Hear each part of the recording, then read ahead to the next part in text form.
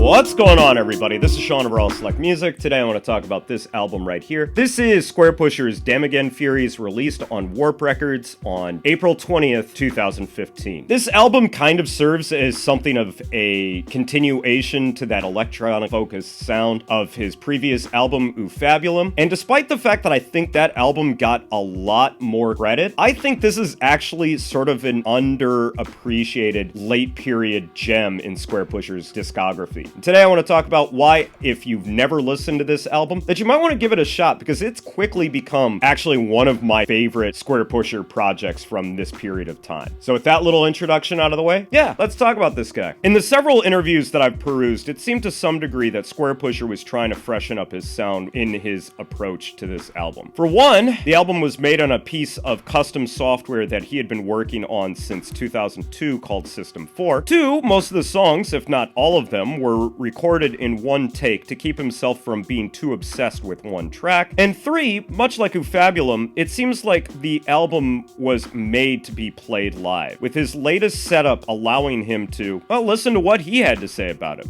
Now, back then, this was after the previous full-length album, Ufabulum. Yep. You had developed your own, not only kind of audio gear, but a kind of bespoke visual synthesizer as well.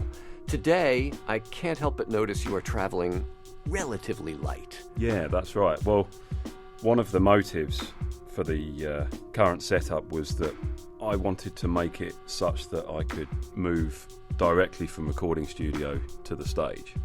As you say, the gear that I was using on the Ufabulum tour, I mean, that was a very extensive setup, but it was such a massive amount of equipment to lug around that it meant it was harder for it to retain flexibility. So it was harder to move it into, for example, a rehearsal space or a hotel room, so I could keep working on the material as I went along. On this, if I want to change a piece, I can quickly take a couple of bits of the gear, hide away in a corner somewhere and get working on it. In the end, the reviews were a bit more positive than the ones for Ufabulum, with the average score on Metacritic sitting at 73, with one outlet saying that it's not for the faint of heart, to The Wire saying it's only occasionally compelling. But where do I stand in all of this? One thing that I've noticed with a lot of late-period Squarepusher albums is it seems like each album was based around a sound that was explored on a track from a previous album. You could point to Theme for Sprite being the inspiration behind an album like Just a Souvenir, or the coat hanger being the inspiration behind an album like D Demonstrator. To me, it really feels like this album was born out of the sound of Steinbolt from Ultra Visitor. Easily the harshest, most abrasive, nastiest, most ear-bleeding track on that album. It seems to some degree that the approach that Squarepusher used on this album sort of stems from that. Now, whether it was conscious on his part that he was doing that, it was just a parallel that I noticed, and it seemed like it was worth pointing out. So with that sort of framework, it's easy to say that this is probably the harshest, most brutal,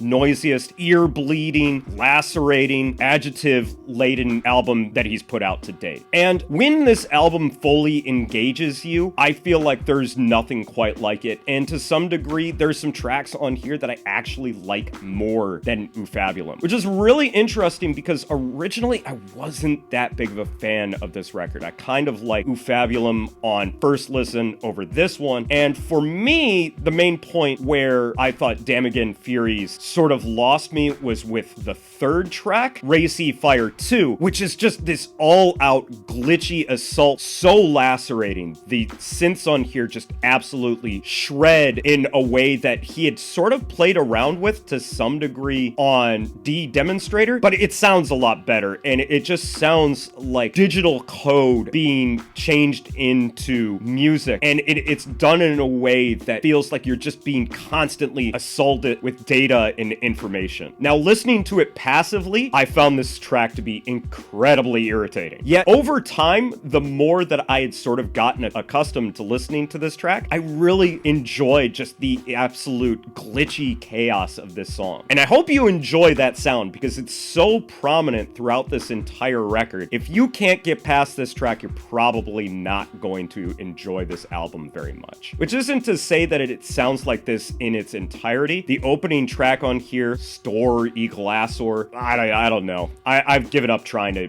come even close to properly pronouncing Squarepusher tracks, is probably the closest that Squarepusher has ever gotten to like arena rock EDM style tracks. It's absolutely gigantic drums, probably the biggest drums he's ever used on any track, greeted with some of the loudest, most blaring synths on any Squarepusher track to date, as well as just blatantly ripping off a Cure track that I should probably know, but I'm honestly just too lazy to look up. I gotta say, this song right here was the main reason that I ended up picking this album up, because it immediately stuck out to me. The melody is just so effective. I love the little dynamic shifts. If you've been watching his videos, you know that that's one of my favorite things about Squarepushers. And it's got a bit of a pop melody structure to it. So it's not nearly as free-flowing, jazzy structured tracks that he has in most of his catalog. But again, with a lot of Squarepusher albums, if you're basing your opinion of how the album is going to sound off the first track, you're going to be greatly disappointed, as the second track, Baltang Org, goes into almost a tundra-like sound. It's got that haunting synth atmosphere, but then it comes in with like this super abrasive, hard-hitting bass that eventually just turns into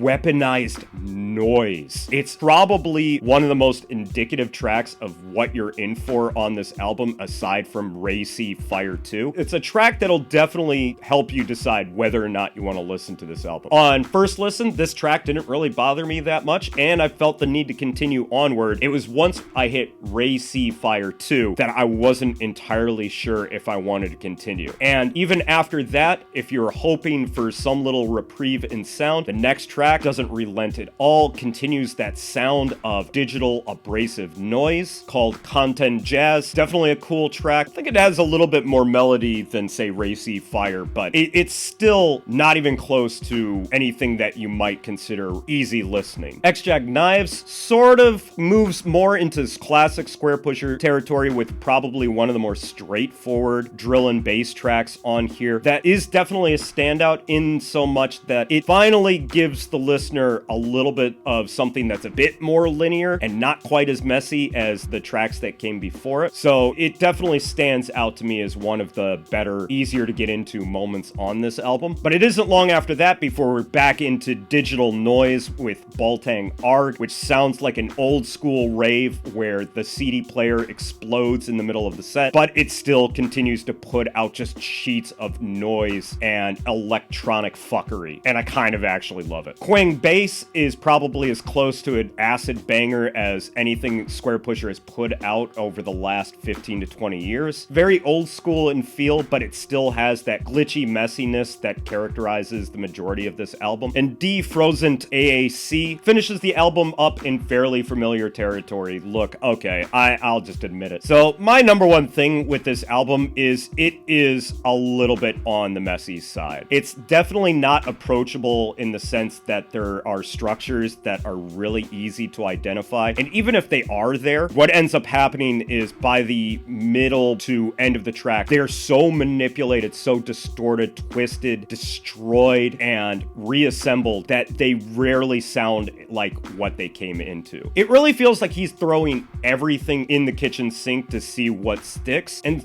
a lot of times it works for me. There's just so much layered digital fuckery in this album that I kind of walk away from it just feeling gleeful, because there's also this sense on this album that he's not really taking it all that seriously. It's just one of the things that I find is the tracks themselves don't end up being nearly as memorable as some of the more concerted tracks that he has out there. That being said, I still really enjoy listening to this album, and it's still an album that has so many different layers, so much going on, so much of that Squarepusher philosophy of the melody and the drums switching places and them all sort of mixing together to create something that's very unique and very different. And I think he really comes through on that sort of ethos on this album. The one thing I would say is do not make this your first Squarepusher album. If you are just being introduced to Squarepusher's music, maybe go back and listen to Feed Me Weird Things, maybe listen to Ultra Visitor before this, or definitely listen to Ufabulum before this, because this is no holds barred Squarepusher. No punches are pulled in this album. It is not meant for easy background listening. It is meant to be listened to very intently, and when you do, I think there's something that you can walk away from with this album that is completely unique to any Squarepusher project. Honestly, I really do recommend this project. Maybe not as a first album, but after you've gotten accustomed to Squarepusher's music, you should definitely check it out, because with a lot of electronic musicians' late period material, inevitably artists just end up sort of repeating themselves, and it makes it so that their earlier work stands out and their later work is just them trying to recapture the glory of their earlier work. And that does not feel like the case on here. This feels like a completely unique Squarepusher project, and that's why I think I love it. It's maybe not for everyone, but it's something that I'm into. I don't know what else to say, guys, so I'm just gonna get to that tier list.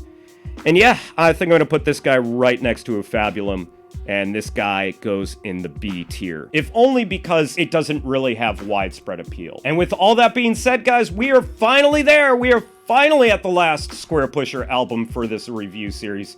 I am so ready to move on. I hope you've enjoyed this series up until this point, and hopefully I'll get that Be Up a Hello video up on my YouTube channel very, very soon. But until then, that's gonna be it for me today, guys. Thanks as always for watching. If you've listened to this album for yourself, please let me know what you thought about it down in the comments. If you want to hear this album for yourself, please head over to my WordPress blog. There you can check out music links to any of the albums that I talk about on this channel. Make sure you're here every Sunday for Live from the Record Room, my weekly DJ live streams where I play music like the stuff that I talk about on this channel, as well as a whole host of other music that I have in my collection that I don't get a chance to talk about. Links to everything, as always, down in the description. So that's going to be it for me today, guys. Thanks as always for watching, and I will catch you in the next video. So until then, peace out!